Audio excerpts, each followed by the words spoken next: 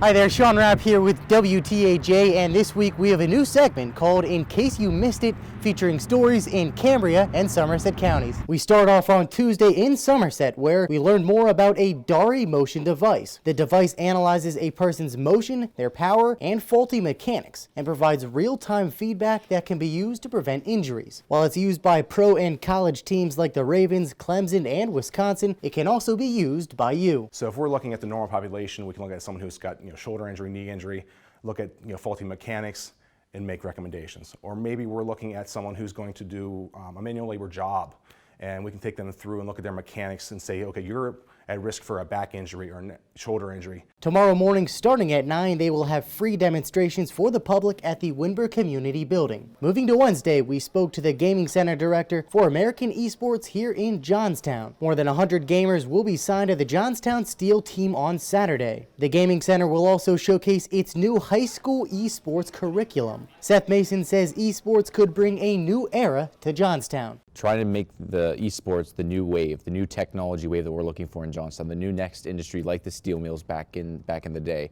And that's what we're trying to do with this team and trying to put Johnstown on the map for esports. Saturday's event is at the Galleria Mall starting at 1:30 and is open to the public. Finally, earlier today, we talked to a local resident who is submitting a proposal to take on ownership of the Johnstown State Theater. The theater had been inactive for years until it was host to a few movie nights last year. The City of Johnstown and Conemaugh Health System, who owns the building, say they are looking for new ownership to revitalize the theater. We spoke to Eric Riegard, who, if selected, his team would expand seating, add a speakeasy, jazz club, cigar bar, and more. In the long term, if we are blessed with an opportunity to redevelop this, our hope that is within a 6 months to 1 year time frame of whenever we're able to essentially break ground and begin demolition, that we can get people back into the seats here. A decision by the city and hospital should be made by June. Make sure to tune in next week for In Case You Missed It.